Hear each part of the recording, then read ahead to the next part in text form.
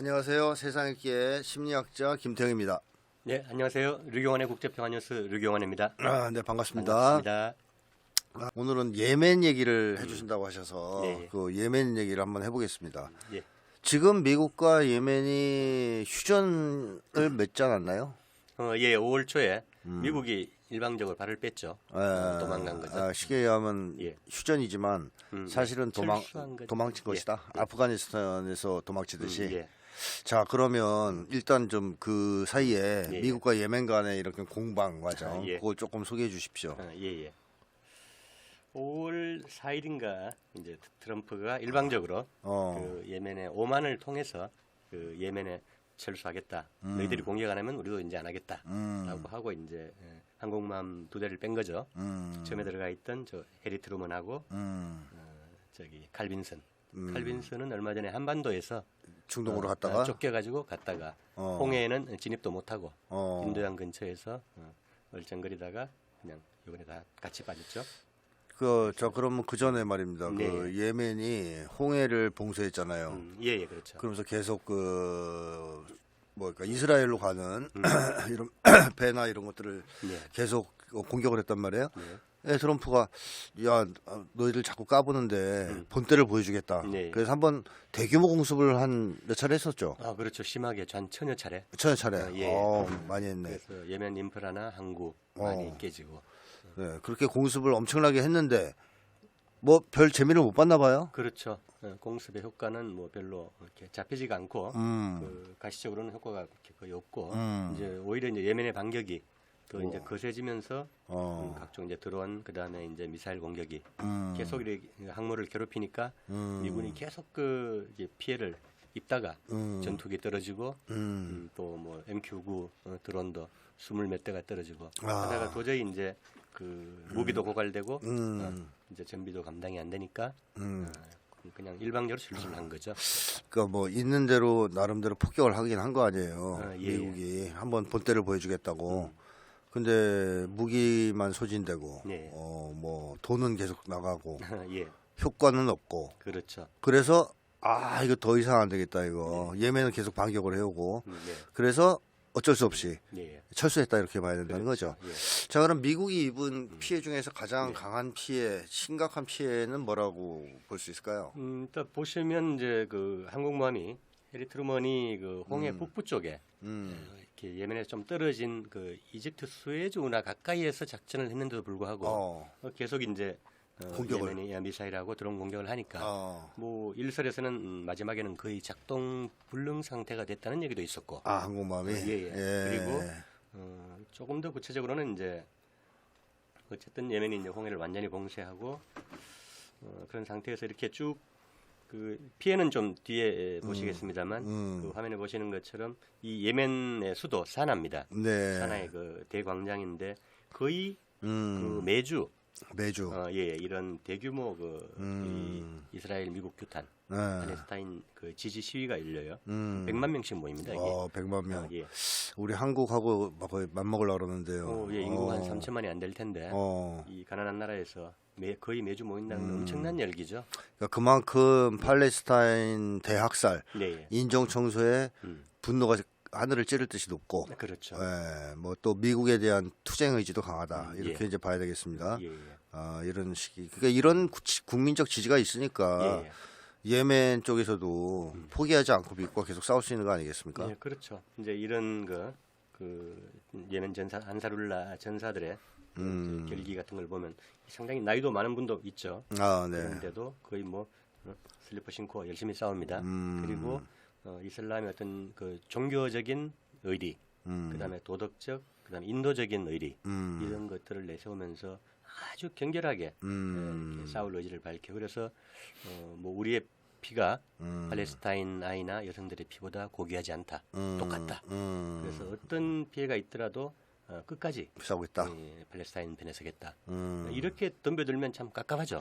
근데 말입니다. 저 전사들이 헤엄쳐 가서 항공모함을 칠 수는 없잖아요. 예. 예멘이 그 단순하게 저런 어떤 뭐 게릴라 예. 뭐 이런 걸로 지금 미국을 쫓아내는 게 아니란 말이에요. 아이고 군사력이 예. 상당히 이렇게 잘 갖춰져 있는 것 같아요. 자, 예멘이 주로 예. 미국을 괴롭히는데 사용한 무기 예, 예. 이런 건 뭐라고 봐야 됩니까? 역시 미사일인가요? 일단 뭐 미사일하고 드론이 그 드론. 지하에 네. 상당히 이란처럼 상당한 규모로 이렇게 제조 인프라들이 완비가 되어 있는 것 같고 지금 이렇게 화면 보시겠지만 이 열병식 과정입니다. 아까 그 백만 광장에서 이런 것들을 보면 여기 지금 일부만 제가 띄웠는데 이런 그 병력의 규모나 미사일, 드론 이런 것들이 상당히 지금 이렇게 많이 나오고 특히 이 보시면 그 예멘이 자랑하는 이 극초음속 탄도미사일, 극초음속 탄도미사일. 팔레스타인 2라고 이름을 지었어요. 여기 하이퍼소닉이라고 나와 있죠. 그래서 이게 지금 한 2,000km씩 날아가서 지금 이스라엘의 어떤 그 전략 공군 기지나 그 벤구리온 국제공항 지금 계속 두드리고 있습니다. 네. 한 주일에 막 두세 번씩도 두드리고. 아, 그래요. 예. 그렇다면 예멘이 자체적으로 저 미사일을 생산하고 있다는 건가요? 예, 그렇죠.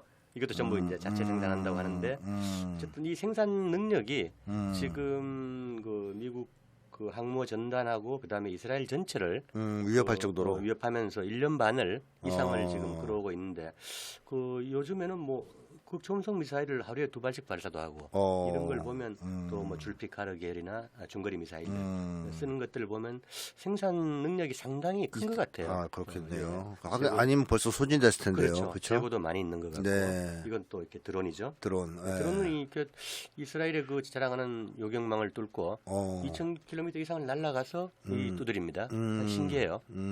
예. 요격도 잘 안 되고. 예. 저 사실 중동은 옛날에 저런 무기들이 전혀 없던 예. 그런 나라들인데 예, 예. 이란이 일단 미사일 강국이 됐고 예, 예. 드론 강국이 됐지 않았습니까? 예, 예. 그러면서 이란에 의해서 또 주변에 이런 반미 국가들의 예. 이런 무기들이 확산되고 있는 것 같아요. 뭐 그런 지원도 의무로 양으로 없지가 않겠죠. 그리고 이 극초음속 미사일 같은 경우는 지금 뭐 늘 이렇게 말씀드리지만 그 조중러 이란 네. 하고 이 예멘 예멘까지. 다섯 개 나라밖에 없는 그런데 지금 뭐 꽝꽝 찍어서 그냥 매일 쏘고 있는 겁니다. 저 기술을 어디서 줬을까? 예. 예. 드론도 발전해 있고. 네. 그래서 이 보시는 것처럼 그 홍해를 봉쇄하고 지금 예멘은 거기서 더 나아가서 그 이스라엘의 첫 번째, 세 번째 항구 물동량을 커버해야 될 그 에일라트 항구하고 하이파 항구를 완전히 지금 봉쇄를 했어요. 거의 그 항구가 봉쇄된 예, 예. 상황이에요. 그러니까 이제 이 보시는 것처럼 희망봉을 돌아서 이렇게 그 이렇게 컨테이너선들이 이렇게 항적입니다. 멀리 돌아가는. 돌아가는 거죠. 예, 뭐 2주일, 3주일씩 더 걸리고 비용을 내서. 그래서 이제 주로 이제 이스라엘 입항하는 관련된 그 선박들만 겨냥을 하는데 이 그 선주들은 불안하니까 또 돌아갈 수밖에 없는 상황도 있고 그런 상태입니다. 그래서 상당히 이제 이스라엘이 경제적으로 속골뱅이 이렇게 들고 있는 상태인데 지난주부터는 그 벤구리온 그 국제공항까지 봉쇄를 해버렸죠. 네. 그래서 수천 편의 이렇게 항공이 취소되거나 돌아가거나 하면서 이스라엘 경제에도 상당히 큰 이제 충격파를 던지고 있는 상태입니다. 뭐 나름대로 이스라엘 봉쇄를 어느 정도 하고 있다는 건데 예멘이. 예. 근데 어쨌든 이 미사일과 드론으로 미국을 쫓아냈다는 거 아닙니까? 예, 그렇죠. 이렇게 그럼- 또 열심히 도망가고 있죠. 미국이. 네. 그 미국이 구체적으로 입은 피해 중에서 가장 큰 피해가 그 뭐 항공기에서 FA-18인가요? 예, 그렇죠. 네, 그 전투기가 3기가 뭐 예, 그렇습니다. 손상됐다, 추락했다, 예, 예. 뭐 이런 얘기가 있는데 예. 그 세대가 어떻게 해서 망가진 겁니까? 꽤 비싼 비행기인데. 예. 그 해리 트루먼 이제 예. 함상에 있던 이렇게 함재기죠. F-18 그 슈퍼호넷 전투기입니다. 네. 그런데 이제 세대가 떨어졌어요. 재밌는 게 첫 번째 떨어진 거는 이제 아군이 자기네가 쐈어요. 오폭으로 예멘에서 뭔가 날라오니까 놀래가지고 쐈는데. 착각을 해가지고 쐈는데 하여튼 뭐 자기네께 자기 맞았군요. 미사일이 맞았고 두 번째는 또 예멘에서 뭐가 날라오니까 이 해리 트루먼호가 급하게 이 덩치 큰 놈이 급선회를 하다가 뭐 함상에서 한 대가 미끄러져 떨어졌다. 바다에 떨어졌군요. 뭐 그런 얘기인데 믿거나 말거나. 네네. 세 번째는 또 한 주일 만에 또 그 뭔가에 맞고 또 떨어진 떨어졌고. 거죠. 예. 이게 한 6천만 달러짜리인데 한 대가 거의 뭐 한 대가 한 1,000억 가까이 되는 이런 게 세대가 톡톡히 이제 망신을 당했고. 거죠. 그래서 항공모함은 접근하기도 힘들고 지금 그렇죠. 맞을까봐 그런 상태에서 항모 자체도 피해가 있는지 없는지 알 수 여러 없고. 썰이 있고. 자, 그 다음에 또 드론이죠? 미국이 자랑하는 예. MQ-9인가요? 저게? MQ-9 리퍼 드론. 리퍼라고 불리는. 예, 예. 저게 그 미국 액션 영화 보면 막 날라와서 차 터트리고 막 도망가고 그런 저 무인기 아닙니까 저거? 그렇죠. 예. 그리고 이제 미사일 공격 좌표를 찍어주고. 그렇죠, 아주 그렇죠. 그 약소국들에는 정말 치명적인 무서운 무기. 그런 무기였죠. 솔레이만이 그 이란 그 장성을 그렇습니다. 암살할 때도 예. 요 무인기로 예. 한 거죠. 2021년이죠. 네네. 예. 바그다드 공항에서 네. 이 리퍼 드론이 가서 직접 때려버린 거죠. 그렇죠. 근데 이제 이 예멘이 이렇게 어. 보시는 것처럼 이렇게 뭐 파리 잡듯이 이게 한 대 이 3천만 달러잖아요. 이것도 비싸구만요. 400억이 넘는데 물론 뭐 미국 무기들이 군산복합체가 세금 빼먹기 위해서 이제 그렇죠. 뻥튀기 높게 하니까. 책정한 건 있는데 어쨌든 한때는 당대 최강의 그렇죠. 드론이었고 또 이게 지금 그 3천만 달러라고 하지만 그 러시아 측에서 추산하는 거는 이게 어차피 위성하고 같이 운용해야 되고 그 다음에 지상 그 운용 인력도 있어야 되고 네. 기지에 네. 그래서 한 5,600만 달러까지 봐요. 대당. 예. 근데 이런 게 지금 놀랍게도 한 24대에서 27대. 와. 저도 최근까지 세다가 이제 너무 많아서 이제 안 세고 있는데 어. 그럼 이것만 해도 한 1조 달러 이상이 날라갔군요. 작살난 거죠. 예, 이 최강의 드론이라고 하는데. 그 예전에 네. 이란이 2000년대 초반인가 이 미국의 요 드론을 하나 납포했잖아요. 그렇죠. 한 7, 8년 됐죠. 예, 꽤 됐죠. 근데 예. 그거 했을 때 난리 났었거든요. 그렇죠. 미국이 자랑하는 세계 최강의 드론을 예. 이란이 납포했다. 예, 예. 근데 지금 예멘은 한 7, 8년 지난 뒤에 뭐 막 파리- 뚝뚝 떨어뜨려. 예, 파리 잡듯이 이게 24대, 6대면 사실 이게 군사적으로 이제 네. 통신도 아마 가로채고 있을 것 같고. 아. 그러니까 이게 뭐 그냥 값싼 자기들 그 지대공 미사일로 네. 그냥 뭐 쉽게 떨어뜨리는 거 이게. 보시는 것처럼 이렇게 자네들이 예멘 내 네. 척박한 뭐 사냐, 들판 이런데 그냥 막 떨어져요. 그야말로 정말 미국 입장에서는 창피하죠. 창피하고 또 그다음에 실질적인 손실, 예, 예. 막대한 경제적 손실 아닙니까? 그렇죠, 예. 사실 지금 우크라이나전 때문에 탄약 재고도 부족하고 미사일 재고도 부족하고 이런 얘기가 나오는데 뭐 예멘하고 지금 싸우면서 예. 드론 다 지금 떨어지고 있고 뭐 비행기 뚝뚝 떨어지고 있고 예, 예. 이러면 트럼프가 예. 어쩔 수 없이 그렇죠. 물러날 수밖에 없었겠습니다. 전비도 없고. 그다음 문제는 이게 그 항모 전단의 주위에 이제 구축함, 순양함, 그다음 보급선 그리고 밑에 이제 잠수함도 바다에는 있죠. 핵잠수함 같이 이제 항모 전단을 꾸리고 있는데 여기서 이게 계속 그 방공망을 써도 이게 드론 뭐 10,000불짜리가 날라와도 안 쏠 수는 없고 보시는 것처럼. 그렇죠. 그 이게 뭐 구축함 하나에 한 그 90발 정도 있다는데 이 미사일이 이거를 그 어디 타격용으로 써야 될 걸 이 10,000불짜리 네, 드론 드론 격차로. 잡는데 쓰다 보면 이게 200만 불, 300만 불짜리가 네. 한 2, 300배 되는 게. 그걸 풍자한 그 만화군요. 그렇죠. 이게. 예. 그래서 이게 그 미사일이 그 구축함 떨어지면 구축함도 안전병이 오리가 되고 이 무방비 상태가 되는 거죠. 근데 이게 또 뭐 그 짬뽕 배달하듯이 그냥 오토바이로 이렇게 그 지역을 미사일을 가져가서 장착할 수도 없고. 그렇죠. 이건 다시 또 기지에 들어가야 된대요. 맞습니다. 몇 달 걸리죠. 예. 그러니까 이런 게 싸우면 안 되는 거죠. 그러면 항모도 위험해지고 본선도 이런 상태가 지금 한 반년 이상 지속되다가 도저히 미국이 대치를 기술적으로도 못하는 상태가 돼서 이제 이번에 뺀 것 같아요. 그러니까 마지막으로 한번 폭격을 집다 해보고 예, 예. 해봤는데 안 되니까 그렇죠. 이제 안 되겠다 더 이상.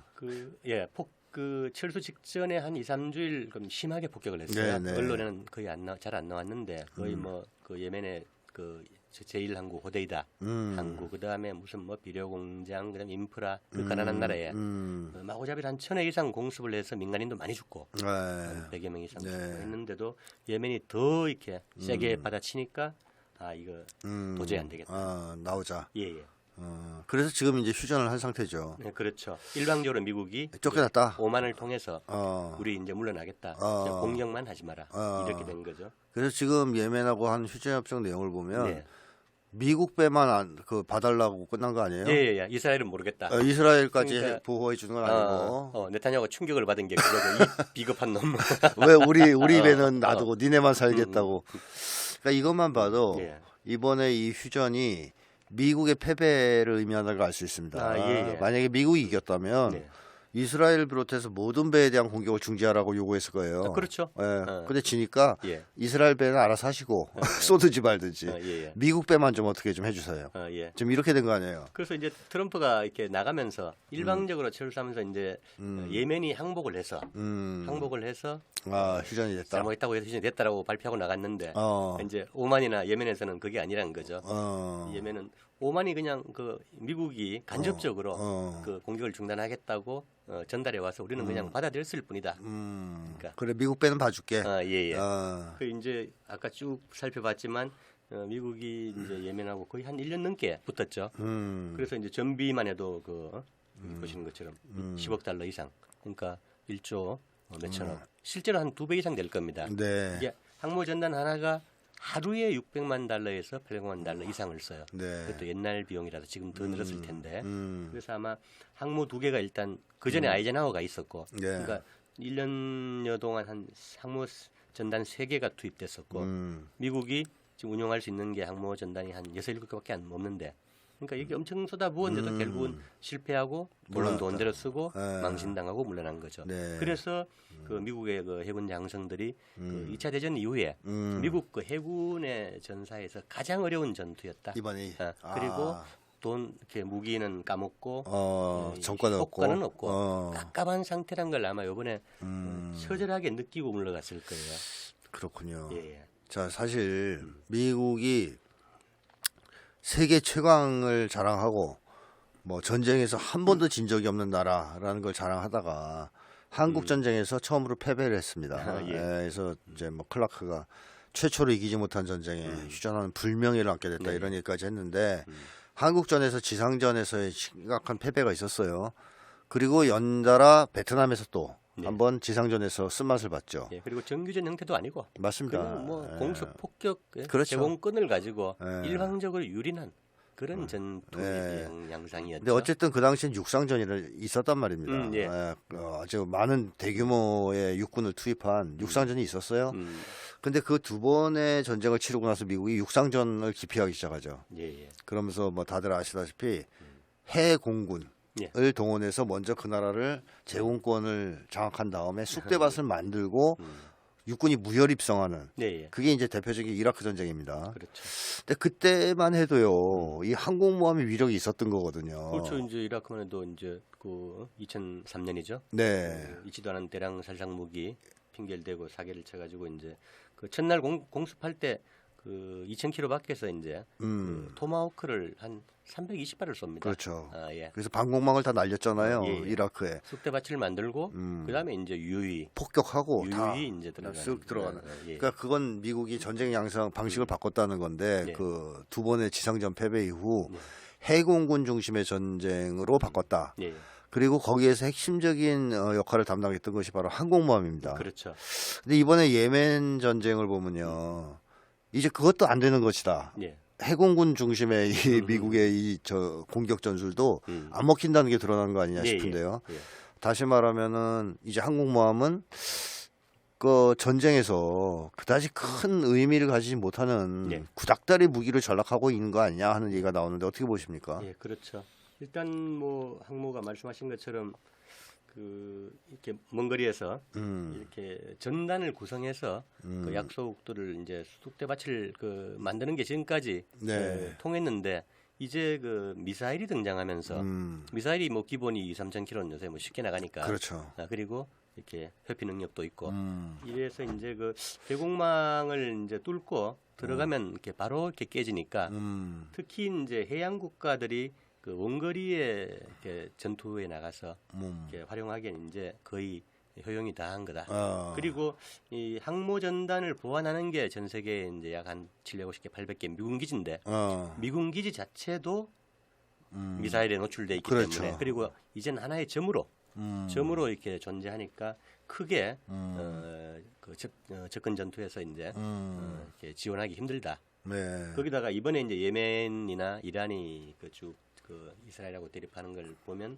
그 주변국들 옛날 미국에 이제 그 충성하던 그 왕정 국가들, 네, 사우디 사우디나 같은 나라들, 에미레이트, 네. 카타르, 바레인 등등 이런 나라들에도 이제 그 중부사령부나 막강한 그 해군 공군기지가 있는데 거기서 발진하거나 영공을 내주면 공격할 루트를 내주면 너희들도 다 때려버리겠다. 네. 이렇게 하니까 이 중동의 그 국가들이 깝깝한 거예요. 네, 못 도와줘요. 산유 시설 깨지면 나라가 이렇게 망해버리는데 이 사우디가 몇 번 당했고 네. 그 예멘에 그렇죠. 그래서 이제 손발이 다 묶여버리는 거죠. 네. 그러니까 미국이 더 이제는 할 수 있는 게 없어지는. 그 뭐 이 미사일 시대가 열리면서 네. 한국모함은 떠다니는 관이다 이런 이제 조롱까지 받게 됐단 말이에요. 뭐 가라앉은 산호초다, 예, 산호초입니다. 예, 목표만 더럽게 크고 때리기 좋게 느리고 예. 그리고 뭐 사실상 효용성은 없다.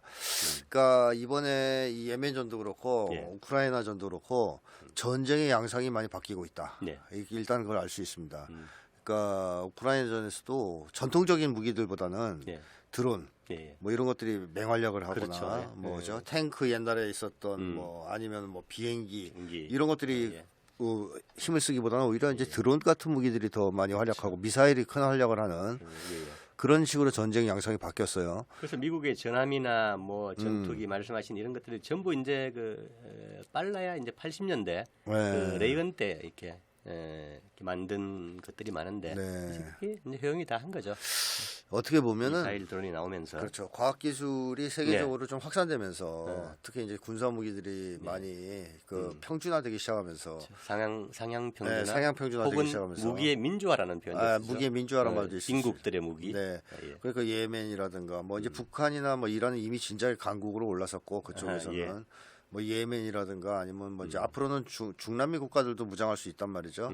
예. 그래 되면 미국이 이제는 힘을 가지고 협박하는 것은 이제 종친 거 아니냐 이런 얘기까지 나올 수 있을 것 같은데요. 이제 예멘도 하나의 실례고 특히 이제 아프리카 사헬 국가들 아 지금 여기서 부르키나파소라든가 프랑스군 그리고 이 미국 두 제국 군대가 쫓겨나는 과정을 보면 그 나라들이 군사력이 아주 이렇게 세져 가지고 쫓겨나는 게 아니고 네. 그냥 뭐 그 국제 정치 그 외교 안보 질서가 바뀌면서 그냥 뭐 어쩔 수 없이 물러나야 되는 네.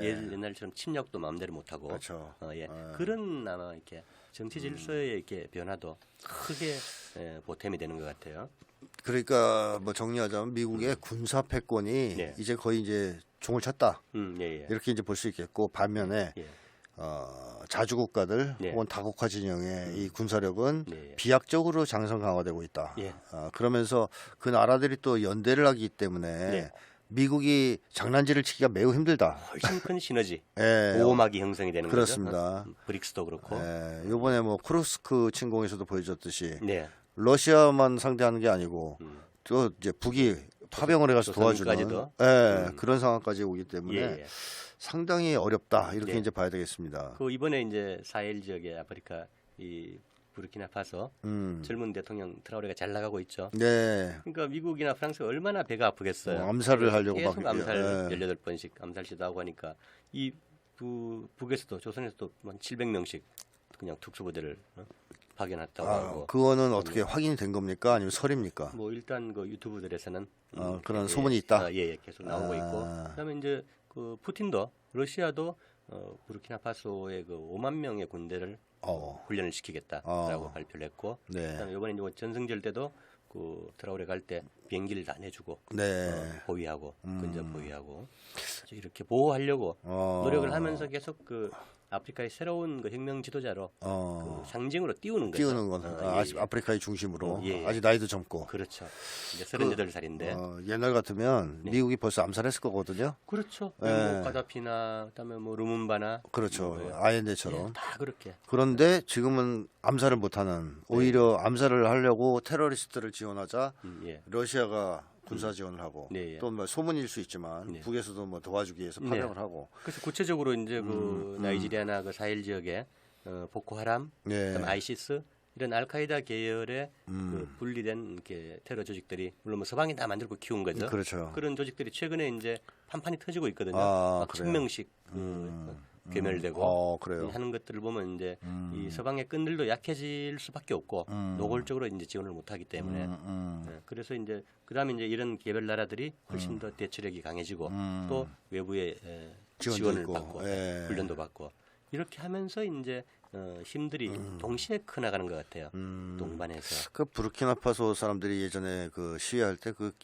러시아기하고 예. 북쪽 인공기를 들고 나와서 시위했잖아요. 몇 번 봤었죠, 우리도. 그거 보니까 요번에 두 나라가 도와줬다는 거에 네, 예. 그 전부터도 무슨 연관이나 관계가 있었다고 봐야 되겠네요. 아, 그렇죠. 예. 예. 8, 90년대부터 부르키나파소 역사들이 쪽에서는 있죠. 뒷배가 있었던 거네요. 예, 예. 야, 미국이 안 무서워. 우리 강력한 뒷배 있어. 뭐 이런 식으로. 예. 자, 이 분위기가 이제 계속 고조되면서 미국은 중동 지역에서 밀려나고 네, 예. 그러면서 트럼프가 중동 쪽에서 중요한 연설을 했잖아요. 예, 이번에 이제 사우디 가서 예. 중동 그에서 이제 조공을 좀 받았죠. 네. 한 3조 달러 이상 네. 현금을 챙기면서 중요한 얘기를 했죠. 네. 이제 우리가 이렇게 중동에는 직접 개입하지 않겠다. 관여하지 않겠다. 관여하지 않겠다. 그러니까 알아서 해라. 알아서 해라. 이건 상당히 큰 선언이죠. 네. 물론 뭐 구두선일 수는 있지만 이렇게 어쨌든 최고 지도자가 그런 표현을 구체적으로 했다는 것 자체가 역사적인 표현이죠. 또 거꾸로 얘기하면 여태까지 관여를 엄청 했다는 거 아니에요. 아, 그럼요. 예, 그걸 인정하면서 예, 예. 앞으로는 관여하지 않겠다. 그러니까 80년대 이후에 미국이 뭐 이 중동 북아프리카 포함해서 그 무슬림 세계에만 약 14개국 정도를 침공을 합니다. 그래서 몇 천만이 희생이 되죠. 그렇죠. 그 이제 그런 짓을 안 하겠다는 거죠. 예, 예. 자, 이제 네타냐후가 좀 신세가 좀 가련하게 됐어요. 이제 완전히 고립돼가고 있는 거예요. 예. 이번에 뒤통수를 크게 맞았고 트럼프가 네타냐후를 매우 싫어하나 봐요. 이제 뭐 직접 대화도 하기 싫다고 하고. 네. 그래서 이제 아까 예멘이 그 이스라엘 이제 해상 그다음에 항구 영공까지 그 봉쇄 중이고 지금 벤구리온 공항이 계속 봉쇄가 이렇게 심화되면 아마 이스라엘의 그 경제나 물류 그다음에 이미지에도 치명적인 아마 타격이 가해질 것 같아요. 네. 그래서 네타냐후도 지금 내부에서도 이렇게 분열이 심하고 국제적으로 완전히 고립되고 있고 네. 또 국제 지금 그 형사재판소에서도 며칠 전에 완전히 그 전범으로 낙인 찍었고 네. 미국이 물론 거기 또 제재하고 막 일시적인 반발은 있지만 그 이스라엘의 고립은 점점 이렇게 심화되고 피할 있다. 수 없는 네. 상황으로 몰리고 있는 거죠. 자, 이 상황에서 트럼프는 계속 이스라엘 뒤통수를 치고 있는데 예, 예. 이란하고도 지금 협상하고 있잖아요. 예, 예. 그건 어떻게 잘 진척이 되고 있습니까? 예, 의외로 좀 한 4차 정도 했는데 중간에 진통을 겪고 잘 안 된다고 하다가 네. 그저께인가 갑자기 5차에서 진전이 될 수 있다라는 게 또 희망 섞인 관측이 나와요. 네. 그래서 저도 좀 낙관적으로 보고 있습니다. 어떤 기사를 보니까 네. 그 외국 사람이 쓴 건데 이 이란과의 미국과의 이 협상을 네오콘들이 방해하려고 네. 많은 농간을 부렸다. 그래서 트럼프가 그들을 쳐내야 네. 이 협상을 성공시킬 수 있다. 뭐 이런 걸 어떤 그렇죠. 외국 사람이 예, 예. 썼더라고요. 미국 정부 내에서도 뭐 알렉스 웡이나 네, 또 왈츠. 왈츠 안보보좌관 이런 친구들이 그 네타냐후하고 이제 슬금슬금 뒤에서 네, 김태효하고도 했죠. 장난을 치다가 네. 이 트럼프한테 걸려서 잘렸죠. 바로 잘리는.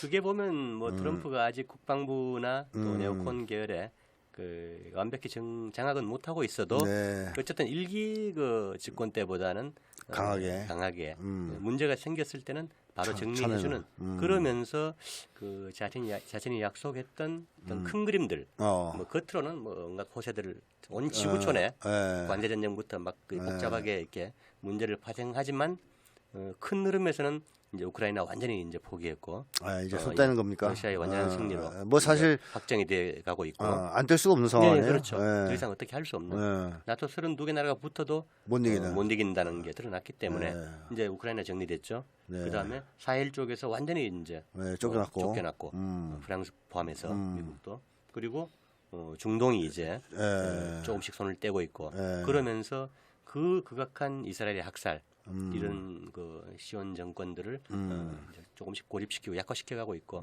그래서 결국은 어떤 해답을 찾아야 될 상황에 몰리고 있고 이스라엘이 그리고 또 말씀하신 이란 핵합의가 이게 한 트럼프 일기 때 자신이 깨놨고 원죄가 있기 때문에 이제 한 7, 8년 만에 또 이제 해결을 해야 되는 그러면 또 이게 트럼프로 보면 이제 자기 치적이 되는 거죠. 그렇죠. 국내에서는 네오콘이나 딥스테이트하고 아주 뭐 싸우느라고 머리가 아프겠지만 지구촌 전체로 볼 때는 평화다. 평화 대통령이다. 환경이 예. 조금 더 평화롭게 흘러가는. 이제 남은 건 이제 한반도죠. 그렇죠. 트럼프가 정리를 다 하고 예, 이제 시선을 한반도로 돌릴 것 같다라는 얘기들이 나오고 있어요. 예, 예. 그러면서 뭐 주한미군 4,500명 감축할 수도 있다라는 설이 흘러나오고 예, 예. 또 뭐 국방부 고위관리자가 주한미군 태세를 전환해야 된다. 아, 이제 한국이 중요한 게 아니라 북한이 예. 대만이 중요하다.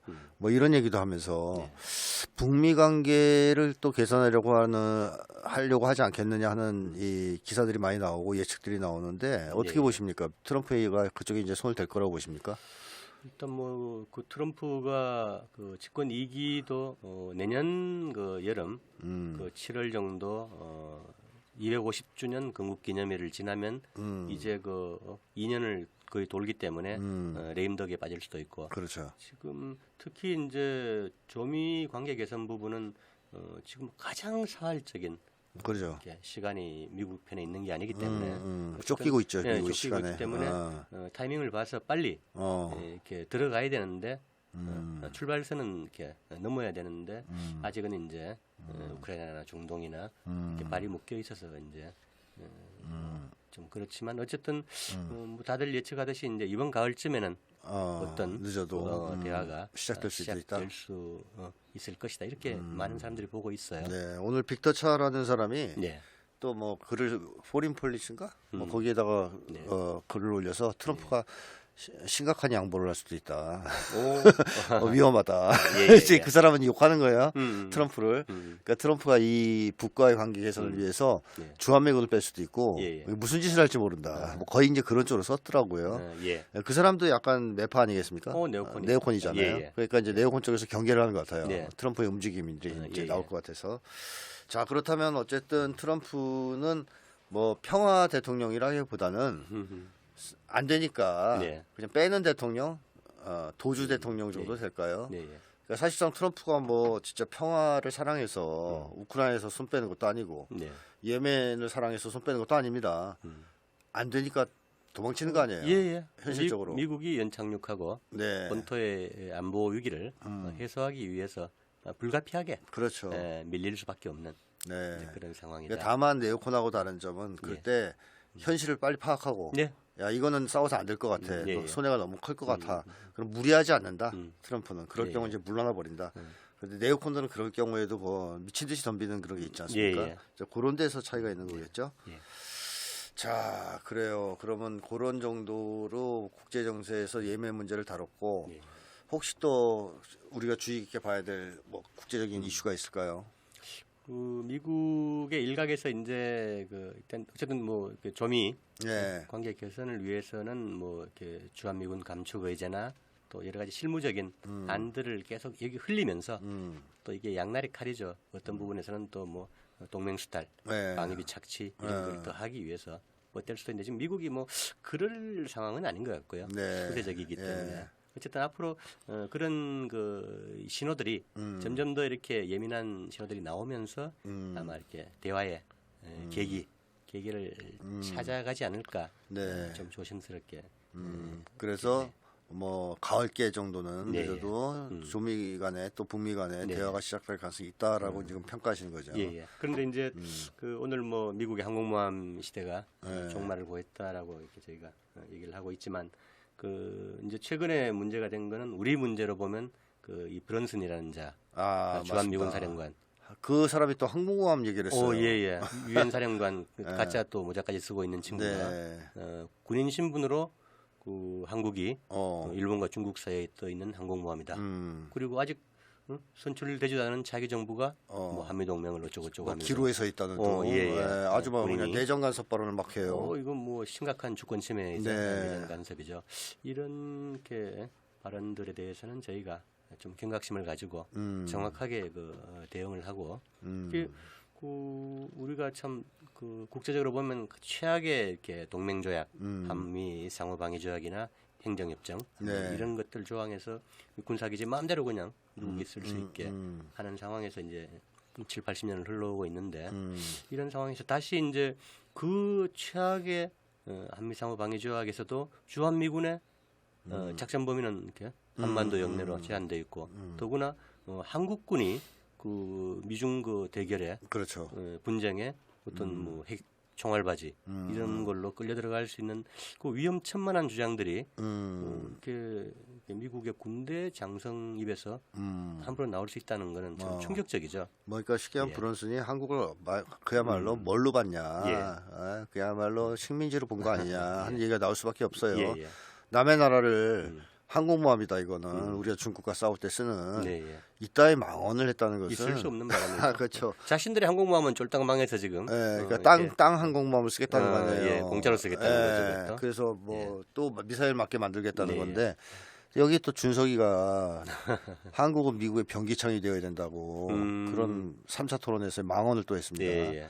그래서 항공모함과 변기창은 딱 맞는 얘기인데 그 친구는 좀 이상한 것 같아요. 예, 상태가 안 좋죠 이번에 예, 봤지만 예. 그래서 대만전에도 참가해야 된다 거의 그쪽으로 얘기하고 있지 않습니까? 예. 이재명 후보가 중국과 대만이 싸울 때 예. 우리가 왜 끼어드냐 그러니까 막 이제 이준석은 네. 아, 중국은 우리의 적인데 뭐 대만전에 관여를 해야 된다는 식으로 얘기하고 있어요. 네, 이런 거하고 브런슨의 발언하고는 사실 상통하는 데가 있습니다. 예, 예. 예, 브런슨이 한국을 항공모함으로 지칭하고 또 한국의 극우 세력이 대만전에 우리가 개입해야 된다. 중국 대만 갈등에 이렇게 얘기하는 것은 같은 맥락이다. 네. 이렇게 보여지는데 이거와 트럼프가 추구하고 있는 북미 간의 화해와 네. 관계 정상화, 요 관계는 어떻게 바라봐야 될까요?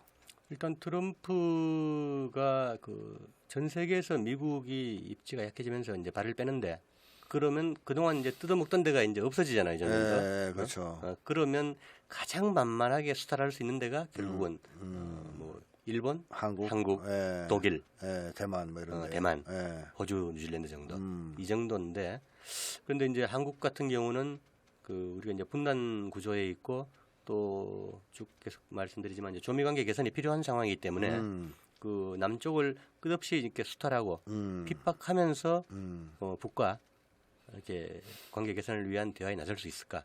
지금처럼 극단적인 제재를 가하면서 또 하루 1년에 뭐 275회, 275일 군사 연습을 한국과 같이 하면서 그 북과 관계 개선을 위한 손을 내밀 수 있을까?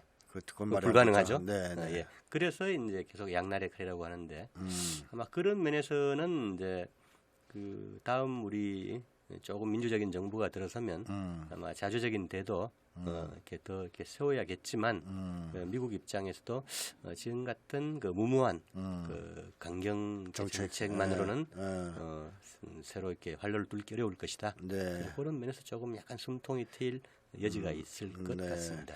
그 이재명 후보가 만약에 당선이 된다면 그 뭐 저는 거의 확실하다고 보는데 당선이 된다면 미국한테 대북 적대 정책 철회하고 네. 한미 연습 줄이고 네. 좀 남북 관계 개선에 나서겠다 내가 예. 적극적으로 그랬을 때 트럼프가 이번에는 방해를 할 가능성은 별로 없겠네요. 브런슨은 싫어하겠지만. 그렇죠. 예. 트럼프는 이제 지금 뭐 몸에 따라 있는 상태인데 문제는 이제 그 이재명 뭐 자기 가능한 이렇게 집권 정부가 아직은 이렇게 외교 안보 라인을 보면 그 상당히 우려스러운 이런 인맥들에 둘러싸여 있고 또 지금은 안보 공약이라고 하기엔 좀 못할 정도로 밋밋하고 네. 물론 뭐 부자 몸조심하는 이렇게 측면도 있다고는 보이는데 어쨌든 이렇게 뭐 6월 3일 이후에 새로운 정부가 열리면 지금 우리는 문재인 정부의 실패도 거대한 실패도 받는 교사로 삼아야 되고 네. 그래서 이 국제적인 여건이나 미국의 어떤 필요 이런 것들하고 충분히 고려해서 네. 상당히 그 이렇게 조금 더 훨씬 진일보한 이런 이렇게 입장으로 정리하고 준비해 나가야 되지 않겠나. 네. 그렇습니다. 자, 오늘 방송 이걸로 마치겠습니다. 고맙습니다. 고맙습니다.